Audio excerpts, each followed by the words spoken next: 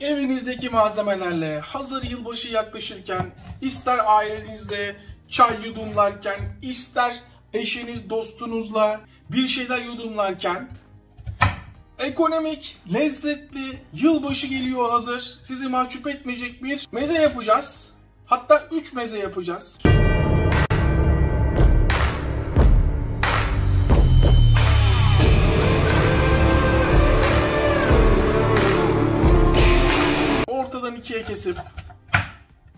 Ortadan ikiye kestikten sonra tekrar ikiye kesip ve diğer parçayı da ortadan ikiye kesip şöyle 4 parça ayırıyorsunuz. Bir parmak boğum büyüklüğünde mesafemi alıyorum ve daha sonra bir parmak boğum büyüklüğünde havuçları kesiyorum. Şu çok ince yerleri benim size tavsiyem kullanmamanız, çünkü yanar, görüntü kirliliği olur, ama isteyen, fark etmez diyen varsa kullanabilir. Bakın, hepsini hemen hemen bir parmak boğum büyüklüğünde kestim. Burası fabrika değil, biraz büyük biraz küçük olabilir. Daha sonra bir fırın tepsisi, yağlı kağıt, temiz çalışabilmek için ve yapışmaması için. Havuçlar hemen oyuna, şöyle tam ortaya, işte bu. Üstüne zeytinyağı, bir miktar zeytinyağı, şöyle 1 yemek kaşığı gibi düşünebilirsiniz. Tuz,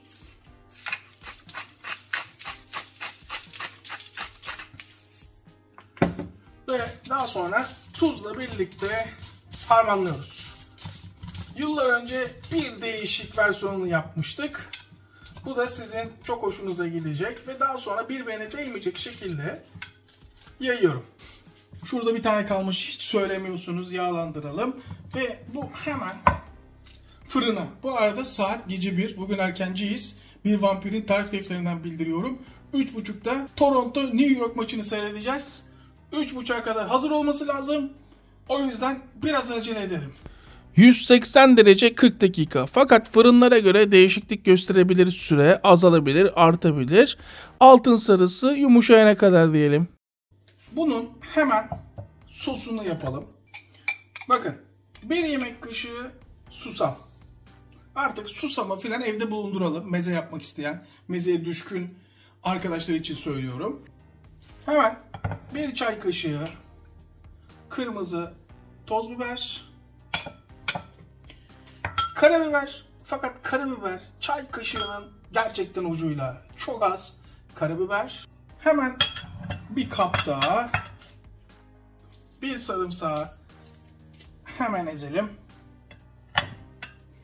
Süzme yoğurt markası hiç önemli değil. Artık bundan sonra en ucuz hangisi onu kullanacağız. Ta ki bir süzme yoğurt markası bize sponsor olana kadar. Şöyle karıştıralım. Hatta çok az daha bir tuz atalım. Dikkatli bir şekilde karıştırmaya devam et. Bir cezve, bir çay bardağı, şöyle 3'te 1'i kadar zeytinyağı ve zeytinyağını ısıtmaya götürüyoruz. Fokur fokur kaynamayacak, sadece ısınacak. Fokur fokur kaynamayacak. İlk başta yoğurdu hafif ortasına meyil veriyorum. Daha sonra sıra havuçlarda.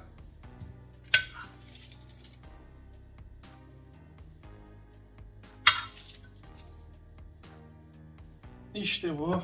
Bakın, kesinlikle fokur fokur kaynatmadım, sadece ısıttım. Sıcak bir şekilde üstüne. Sesleri duyuyor musunuz? Ve ver coşkuyu.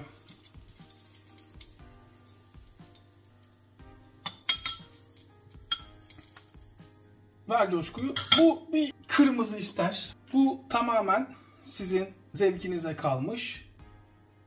Biraz pul biber.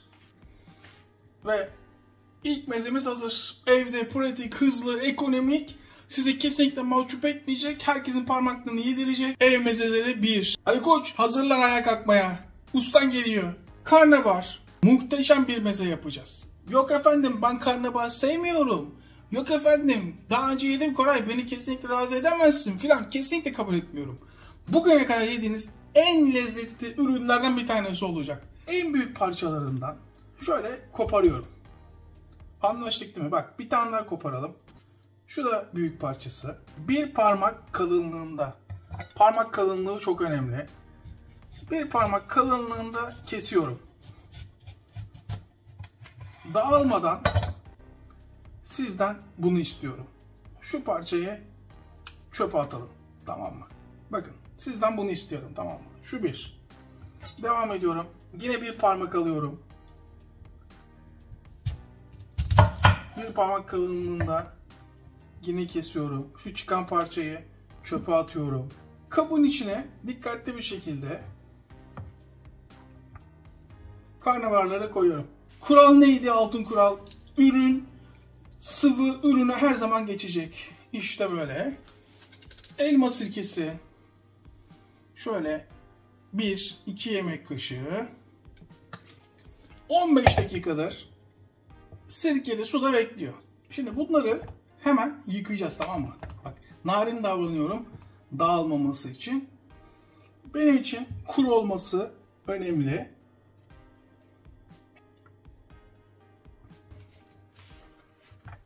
Fazla suyunu aldığıma emin olduktan sonra yine bir kap. Kabın içine artık baharatları ekleyebiliriz. Bu arada akşamki maç için 1 çay kaşığı kimyon. Toronto New York maçı ilk yarı 119.5 üstü oynadım.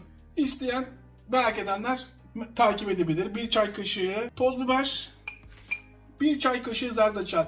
Vay, zerdeçal mı? Ben sevmiyorum, etmiyorum, kesinlikle kabul etmiyorum. Mutlaka koyuyoruz. Şöyle yarım çay kaşığından biraz daha az karabiber. Çeyrek çay kaşığı diyelim. Tabii ki tuz.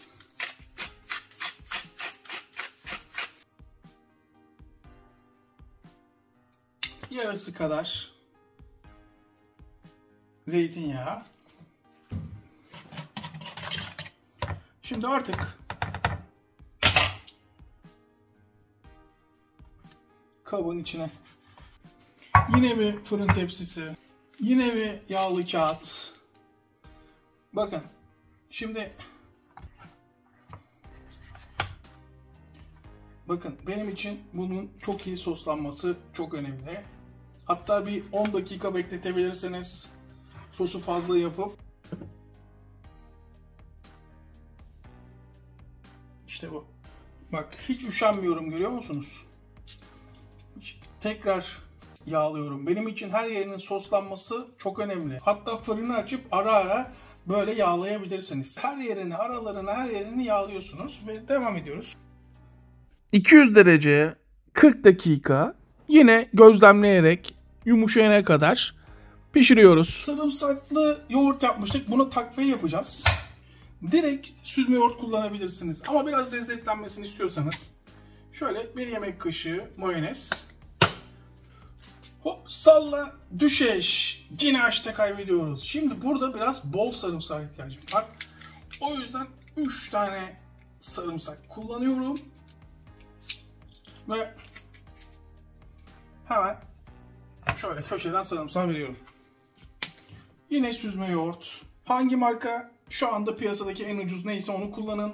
Ta ki bize birisi reklam verip sponsor olana kadar. Ve hemen akışkan bir hale getiriyorum. Değmesin, çok sıcak. Burası nasıl güzel kokuyor biliyor musunuz? Ya Koray, karnabahar ve güzel kokmak mı? Sizi çok iyi anlıyorum. Ama bana güvenin. Bakın şimdi çatal böyle rahat girdiği anda bunun piştiğini anlarsınız. Şu anda bile bunu lokum gibi tık tık yiyebilirsiniz. Kendime göre bir şekil şukul yapacağım. Bir yoğurt koyuyorum. Bir karnabahar koyuyorum. Biraz yuvarlayarak alıyorum. Bir yoğurt koyuyorum. Ve bir karnabahar koyuyorum.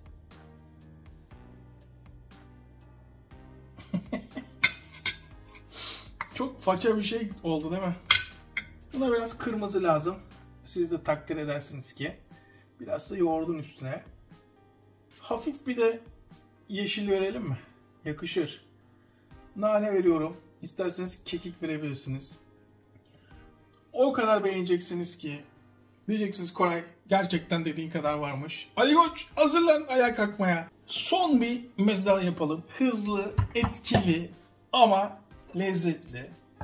Zeytin. Şimdi zeytinlerin hepsinin içine şu şekilde yarık atıp kolay bir şekilde bastırıp çekirdeğini çıkarıyoruz. Saniyelik iş. 20 tane zeytin diyebiliriz. Yeşil zeytin. Bu zeytinler çekirdeksiz. Bakalım. Evet. Çekirdeksiz. Eğer sizinkiler çekirdekliyse çekirdeklerini ayıklayın. Ne kadar zeytin kullanırsanız onun yarısı kadar yeşil zeytin. Hop! Düşeş. Yine açta kaybediyoruz. Hep aynı espri, hep aynı espri. Koray nereye kadar? Açta kazanana kadar. Şimdi 2 tane sarımsak. Zar günler maydanozu şöyle yeşillilerinden bir avuç geçti deli dolu günler üzülme. Bir avuç ceviz. İsterseniz fındık olur yoksa. Şöyle bir çay kaşığı pul biber. Çay bardağı kullanalım. Kafalarda soru işareti kalmasın. Yine kaliteli bir zeytinyağı. Yarım çay bardağı yeter gibi geliyor ama duruma göre bakarız. Turşu. Ne kadar turşu o kadar lezzetli olur ama fazla abartmayın isterseniz. Uçlarını alalım. Yardımcı olması için şöyle 4'e 5'e bölelim. Ben 4 tane kullanıyorum. Hemen şöyle.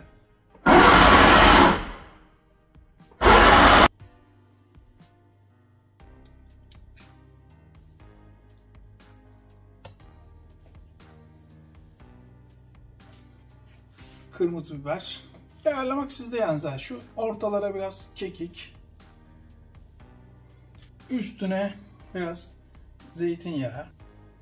Abartmadan. Şu aralara bolca. Üstüne abartmadan. Aralara bolca. Üstüne abartmadan. Top sizde. Evdeki basit malzemelerle. Evet. Nasıl gözüküyor? Şu 3. mezemiz. Ne psikopat adam diyorsunuz değil mi bazılarınız? Adam gece yarısı NBA maçı izleyecek diye kendine meze yapıyor. Ama unutmayın yakarsa bu dünyayı garibanlar yakar.